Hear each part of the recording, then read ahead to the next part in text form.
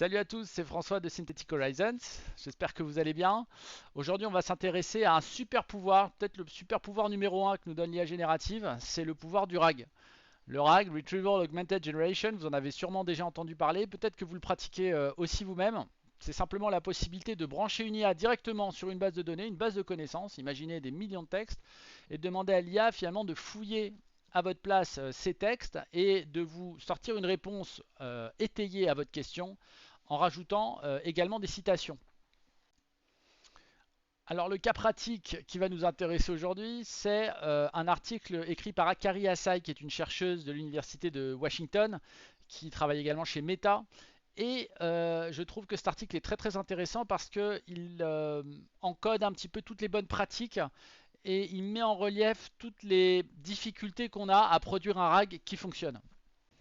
Alors on va commencer par une petite démonstration avant d'aller plus loin. Vous pouvez également vous connecter, je mettrai le site en description. On a donc une invitation qui nous permet de poser des questions plutôt pointues parce que c'est vraiment un moteur de recherche qui s'adresse plutôt à des universitaires et qui va nous sortir assez rapidement des articles de recherche et des citations pour répondre à notre question. Donc effectivement, il y a encore quelques années, les chercheurs en auraient rêvé. Aujourd'hui, c'est vraiment le genre d'outil qu'on commence à voir apparaître. Et ce qui va être intéressant dans cette vidéo, c'est de comprendre comment fonctionne ce genre d'outils, comment est-ce qu'on arrive à les mettre en place et quels sont, je dirais, tous les garde-fous, toutes les petites techniques, les petites sauces secrètes qui permettent à ces outils de fonctionner correctement. Parce que une chose est sûre, le RAG, si on le fait de manière un petit peu naïve, ne produit pas les résultats qu'on espère. Alors maintenant qu'on a vu la démonstration, on brûle d'envie de comprendre comment ça fonctionne. Alors rassurez-vous, il y a un petit schéma qui a le bon goût de figurer dans l'article et on va essayer de s'en inspirer pour l'explication. Alors tout commence évidemment dans la question qu'on pose. Donc ici, what are the recent research advancements in enhancing fluorescence for biosensing using photonic crystal? C'était un test pour mon accent d'anglais et je ne suis pas sûr de l'avoir passé. Cette question est tout de suite vectorisée grâce à notre algorithme d'embedding, donc projetée dans cet espace numérique. Et on va tout de suite comparer ce vecteur qu'on a obtenu avec les vecteurs issus des petits chunks des articles. Et on va prendre le top 100 des chunks qui ressemblent le plus, vectoriellement parlant, à ma question. D'accord? Donc, sous-entendu, s'il y a une réponse à ma question, forcément, elle devrait se trouver dans un de ces petits chunks ou plusieurs de ces petits chunks de data. Je ne sais pas trop lesquels. En tout cas, je les ai présélectionnés.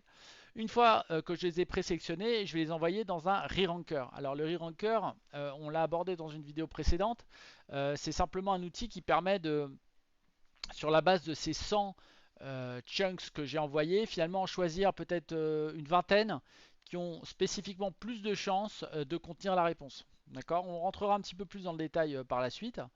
Une fois que le re-ranker a re-ranké les réponses, je garde le top 20 chunks. Et là, pour le coup, ça fait pas beaucoup de texte et ça tient dans le contexte de mon LLM. Et je vais pouvoir balancer ma question et mon top 20 des petits bouts de documents en espérant que le LLM formule une réponse. Ce qu'il va faire, c'est le petit Y0 que vous voyez là. Mais en plus de formuler une réponse, comme on sait qu'en général, il n'est pas forcément complet tout de suite, il va aussi formuler une proposition F1 d'amélioration, feedback de cette réponse. Et l'idée, c'est qu'on va rentrer ensuite dans un cycle itératif, c'est-à-dire que plutôt que de répondre directement Y0, on va plutôt se dire, on a une première réponse, on l'analyse, on a un petit feedback, on va se donner une deuxième chance de reposer la question et de compléter la réponse. Et donc c'est ce qu'on voit ici, la petite chaîne itérative, donc Y1 qui produit d'ailleurs lui-même un feedback F2, et le feedback F2 et Y1 vont être réintroduits encore une fois dans ce processus-là, pour etc. etc. jusqu'à obtenir une réponse qui se veut finale. Et d'ailleurs, ce ne sera même pas tout à fait la réponse finale puisqu'on va ajouter une petite phase qu'on appelle de citation verification, c'est-à-dire qu'on va en plus s'assurer que les différentes citations CI qui ont été produites à chaque étape sont bien en phase avec les documents d'origine. Et ça, c'est hyper important. Si vous avez fait du reg, vous êtes sans doute rendu compte, les citations sont souvent faussées, hallucinées par les modèles. Voilà, c'était un petit peu vitaminé, mais ça a le mérite d'être exhaustif. Et voilà ce qui se cache quand on fait cette fameuse requête dans ce moteur de recherche en background pour vous donner une réponse satisfaisante.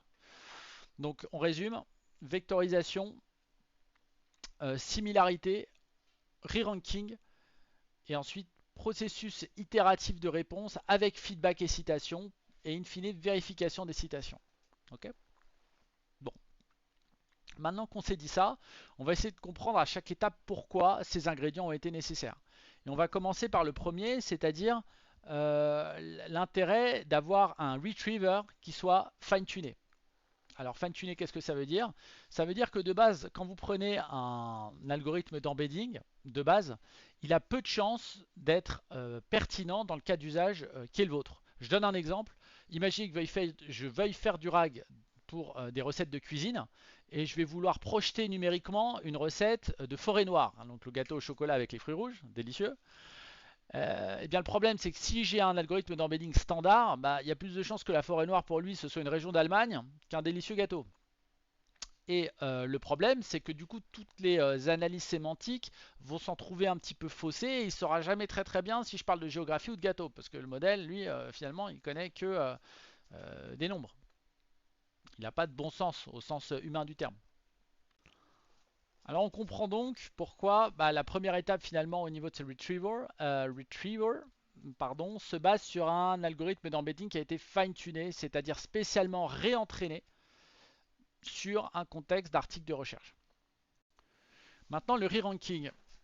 Alors, en fait, comme on le voit dans le contexte du LLM, il y a en gros une vingtaine de documents qui peut tenir. Quand je dis des documents, je ne parle même pas des articles, je parle des chunks, hein, donc des bouts d'articles. Si je me contente d'un retriever classique, je ne peux donc pas retirer plus de 20 articles candidats pour les balancer dans le contexte du LLM. Le problème, c'est que cette projection dans l'espace numérique n'est pas si fiable que ça. Et au fond, il n'y a pas de raison absolue pour que la réponse à ma question soit dans le top 20 des vecteurs les plus similaires à cette question dans l'espace numérique.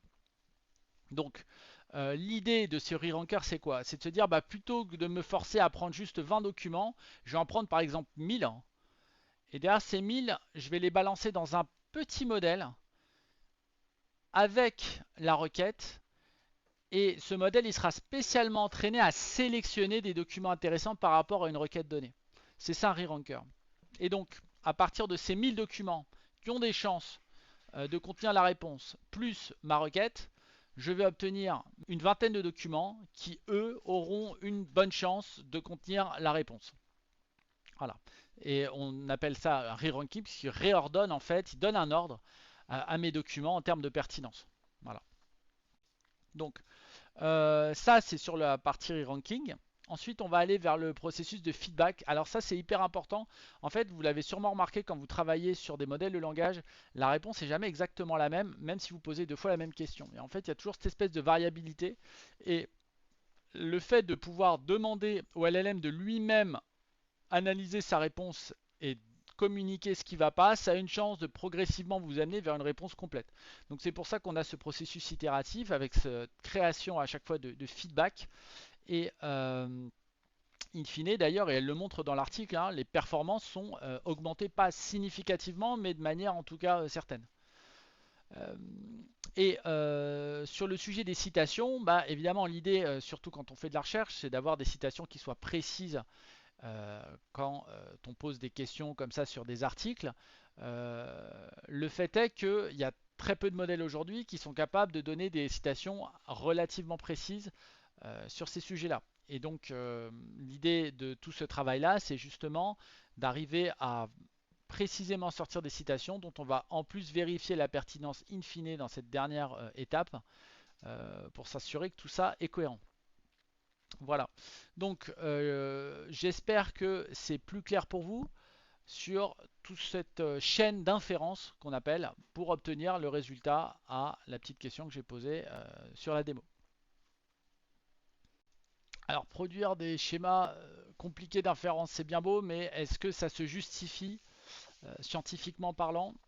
La réponse est oui, et ce qui le prouve, c'est le système d'évaluation qui a été mis en place, qui est spécialement précis et qui fait intervenir à la fois d'ailleurs de l'évaluation IA et de l'évaluation machine. Donc, on va essayer de comprendre un petit peu tout ça. Regardons déjà les performances. Donc, voici le tableau.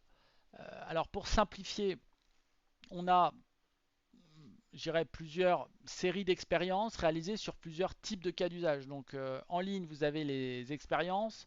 En colonne, vous avez les cas d'usage slash dataset sur lesquels on a fait l'évaluation.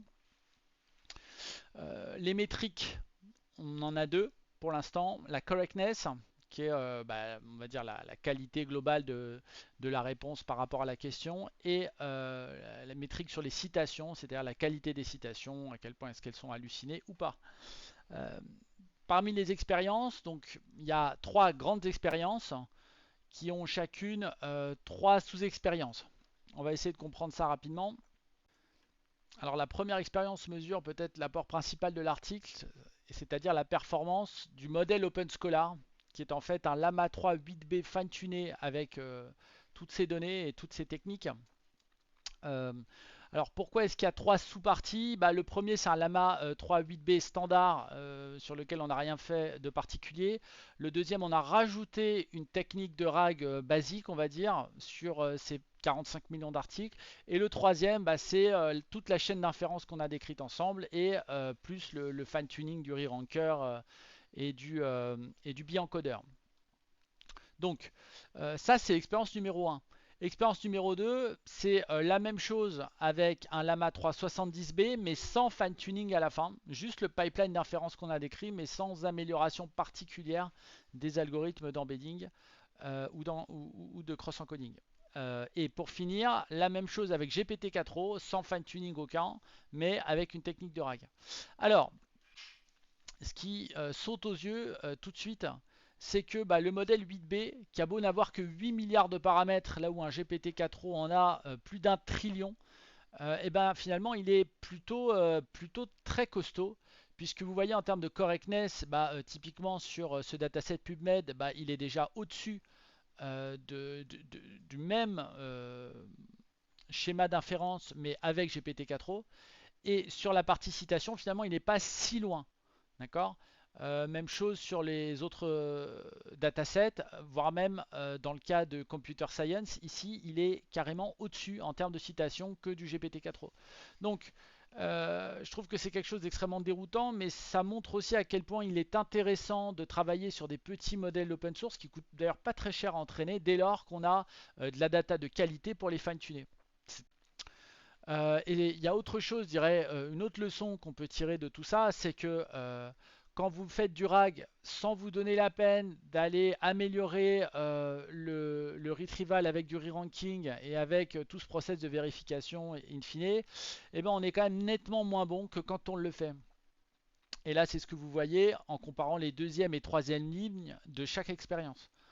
Voilà, par exemple, la différence entre 47,2 et 56 sur les citations, 18 et 23, donc on perd 5 points de perf. Ici aussi, on perd 5 points de perf quand on ne fait pas tout ce système d'inférence décrit dans l'article. Voilà. Donc, peut-être dernière leçon qu'on peut tirer, c'est in fine la qualité de l'expérience, la qualité, on va dire, du meilleur modèle. Vous remarquez qu'on est quand même assez loin des 100%. Ça veut dire que ce soit la correctness ou la métrique sur les citations, on est encore très très loin de quelque chose de parfait. Voilà. Et ça explique aussi pourquoi finalement pas mal d'entreprises ont du mal à adopter le RAG en production. Il y a une telle envie, une telle promesse qui est finalement, même en utilisant les meilleures pratiques, rarement tenue euh, à cause de la difficulté d'extraire ces informations et de le faire comprendre, en tout cas au modèle de langage. Alors c'est la fin de cette vidéo, j'espère qu'elle vous aura plu. Si je résume, on a parlé bi-encodeur, c'est-à-dire embedding fine-tuné.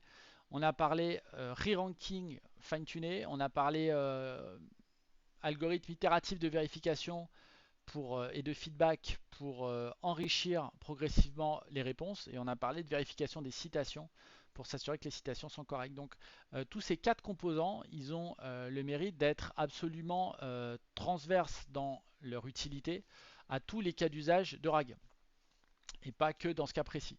Donc surtout, n'hésitez pas à les incorporer dans vos travaux, ou en tout cas vérifier que les technologies que vous utilisez incorporent ces outils-là. Je dirais que le second apport de l'article, si on essaie de généraliser un petit peu, c'est le- le processus d'évaluation dont je n'ai pas parlé très en détail, mais qui est vraiment détaillé de manière absolument remarquable dans l'article que je vous invite à lire, et voilà, qui s'appuie à la fois sur ce qu'on appelle du LLM as Judge, c'est-à-dire de l'IA qui elle-même évalue de l'IA, et également sur de l'évaluation humaine, notamment par le biais de cette métrique de usefulness qui nous assure finalement que les chercheurs trouvent bien utile de se servir de ce genre d'outils. Alors n'hésitez pas à vous abonner ou à mettre un petit pouce, ça fait toujours plaisir. Et puis n'hésitez pas aussi à aller voir la vidéo que j'ai faite sur le RAG, 3 techniques d'amélioration, qui a le mérite de rentrer un petit peu plus dans le détail sur comment fonctionne le RAG et sur notamment le re-ranking. Voilà. Passez une bonne semaine, à plus.